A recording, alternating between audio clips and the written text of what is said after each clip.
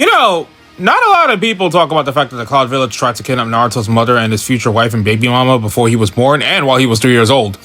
BIP of Bizarre Interest Productions, and as part of his remaining videos I promised but still haven't committed to and was late for Black History Month that I'm reusing for Women's History Month, let's talk about the Naruto and Boruto franchise again with the Hidden Cloud Village, because they're a lot cooler and a lot worse than you remember. We've got a lot to cover, so type cloud control in the comments and let's get started. Let's start off with the worst, because usually you save the big moments for last or sprinkle in throughout the video, but we're going to be productive for a change. Basically, one thing you can argue is that the Cloud Village never produced a member of the Akatsuki, something Abe proudly boasts about during the 5 Kage Summit in chapter 457. And while he has a point, including the fact that the Akatsuki is made of rogue ninja from those other villages, the Stone and the Sand tried to use Akatsuki, plus given Toby had control of Yagura and the Mist, as well as Konoha having a huge role in the creation and funding of Akatsuki via Danzo's actions interfering with the Rain Village, Ace is effectively positioning himself on top, since the Akatsuki went from being a mercenary force to rely on war into a battlefield terrorist organization that was hired for cheap. That is, until you remember A's argument against the Sand using Akatsuki is a little questionable, since Orochimaru left the organization, though it did cause Rasa and Hiruzen's death. And as Onoki points out, during the meeting, there was a peace treaty between all the villages to cut back on military budget and reduce the sizes of their forces during peaceful times. And the Cloud Village did not honor the agreement and went behind the other great villages' back to make sure that no one ever had an upper hand against them in case of future hostilities, resulting in Onoki himself initially hiring the Akatsuki in the first place. So, in a way, the Cloud's actions motivated the rise and power growth of the Akatsuki as a stronghold. Part of this led the other great villages to employ similar practices, like the Mist Village did with Ao. In the Third Shinobi World War, he defeated a Hyuga clan member and took one of their Byakugan, which he implanted into his right eye socket, something Danzo also tried to get their hands on as revenge. And the funny thing is, the Mist actually succeeded where the Cloud failed. Twice. Between the Second Great Shinobi World War and the Third Great Shinobi World War, the Cloud Village sent their own ninja and attempted to kidnap Kushina when she was around 13 years old in order to study her unique Uzumaki chakra because of her potential, given Uzumakis had high chakra reserves and were pretty damn good at sealing jutsu, or to use to gain control of the Nine Tails, something they repeatedly struggled to do in the past numerous times, and given Kushina was an outcast, it was pretty easy for them to do so. But she was smart enough to secretly pluck out and leave behind strands of her red hair to mark her trail in the hopes that someone would find her, and thankfully her future husband Minato was able to save her in time. Speaking of the Nine Tails, let's talk about Kinkaku and Genkaku, because when people talk about the Cloud Village's loyalty and respect to one another, they're the exception. For context, the Gold and Silver Brothers started out as heroes of the Cloud Village thanks to their efforts in the Second and Third Shinobi World War, but they became criminals for attempting a coup while the Hidden Leaf and Hidden Cloud were meant to have a peace treaty. And keep in mind, they assaulted the Second Raikage and the Second Hokage, almost killing Tobirama and assaulting the Second Raikage so bad that it's possible that since they're aware of the Third Raikage's existence, it's actually possible they could have eliminated their former leader at the time or gravely injured him to the point he was not able to recover.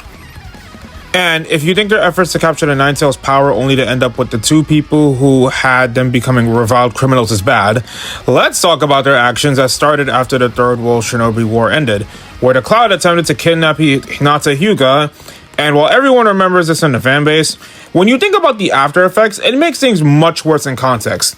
The Cloud sent their head ninja, aka their strongest fighter, not the Kage, let's say they were like Kakashi or Baki,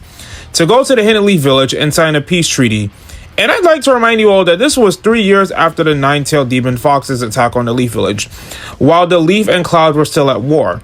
This peace treaty was meant to be signed on Hinata Hyuga's 3rd birthday, mind you, only for it to be revealed to be a cover-up for power to kidnap and experiment on said child's corpse. I can't be the only one questioning the methods in lengths one would go for power that they pretended to have unity for senseless killing and kidnapping a 3-year-old for the sake of genetics.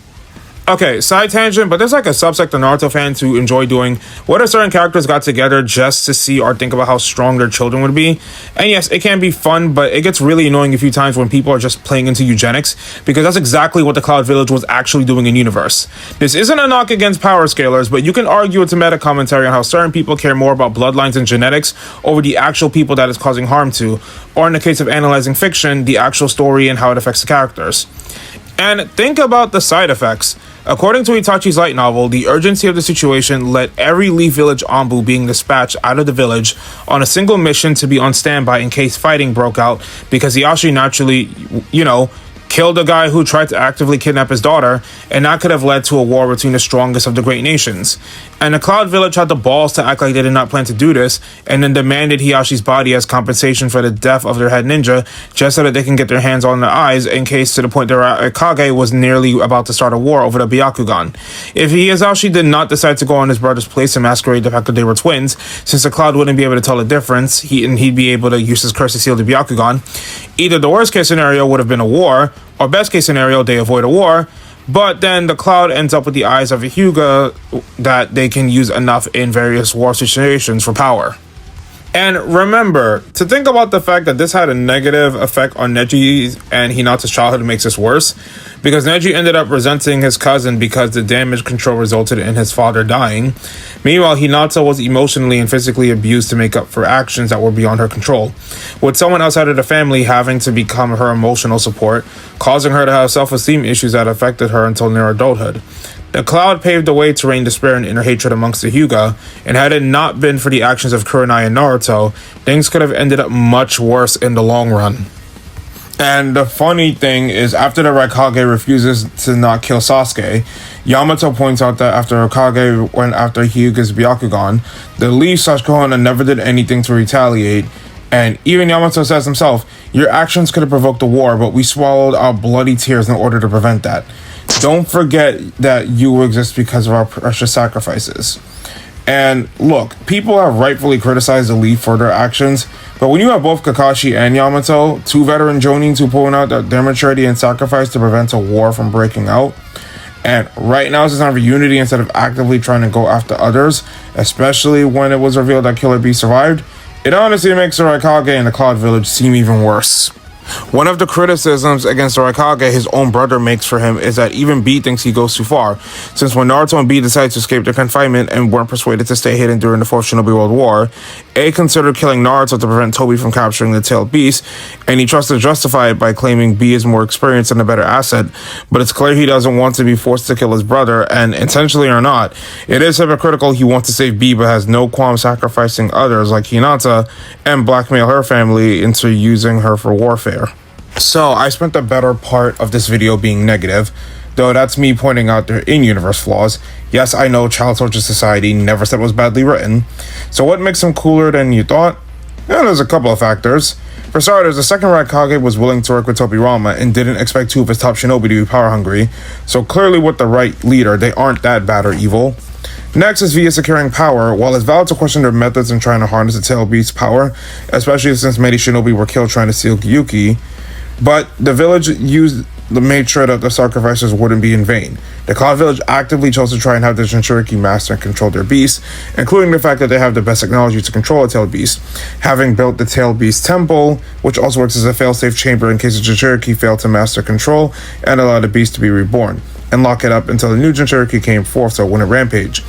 And from what we saw, Yugito and Killer Bee were able to use it to master working with their tailed beast pretty well.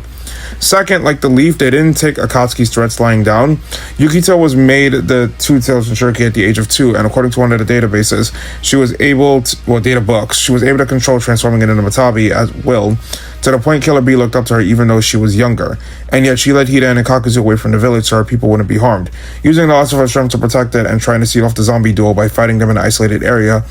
where only they would be harmed. Not to mention, when everyone thought B was killed by the Akatsuki, the Raikage called up the Kage Summit to find out how to deal with them, which even if you point out was out of avenging his brother, it still resulted in the Shinobi Allied Forces allowing the world to use the Cloud Village as the headquarters and means to give their resources to the war, like the chakra transmission communication device the intelligence division of the Allied Shinobi Forces use to pass information to each other between headquarters to the field ninja or between battalions and vice versa. And at least I can say good things about some of their ninja. The Raikage can at least say that Naruto and B were prepared and ready to fight the Allied Shinobi forces after they proved themselves to him. And he's able to work with the 5 Kage to deal with reanimated Madara, including Onoki, despite their bad blood. Darui ended up being a good candidate for the next Raikage because not only is he more compassionate and understanding than the rest of his comrades, he also works with Ina Shikacho to deal with Kinkaku and Ginkaku. Plus, he's able to figure out the Sage of Six past weapons and figures out how to free Samui and her brother Atsui. Amori's funny and was able to help out Kankuro and Data out. The third Raikage actively despised the fact that he was reanimated from the dead, and not only tried to save his people from Gyuki when he was alive, but also tried to help the Allied forces take him down. Heck, the only way he died, and Naruto figured out how he died, was accidentally self-inflicting himself, and he gives credit to the new Kage and Shinobi for finding people who could surpass him eventually. And B speaks for himself. He's a fun-loving guy who even forgave his brother and someone who wanted to kill him, helped train Naruto into mastering his tailed beast chakra and more, had a huge respect for his friends and befriended Gyuki pretty well, has an amazing fighting style, and was able to work with people from other villages to fight Tobi and Madara, which you gotta respect. And hey, post-war, the Cloud used their resources to try and help the other villages. The chakra cannon was made behind the Allied forces' back, but at the same time, they were trying to stop the threat of the moon collapse, and B refused to fire on Naruto. Darui was fighting alongside the other Kage with Naruto and Sasuke and did prepare to train and fight threats they couldn't do when they were younger. Karori immigrated to the Leaf to marry Choji, and she's been raising Chocho, and right now Chocho's doing her best to protect the Leaf from the Shinshu threat. So clearly, despite their rough history, they are worthy of respect, and they eventually chilled out with the kidnapping. But that's it for me. Sorry this is that late again. Thanks for watching, and I'll see you all in the next one. BIP of Bizarre Interest Productions, signing off.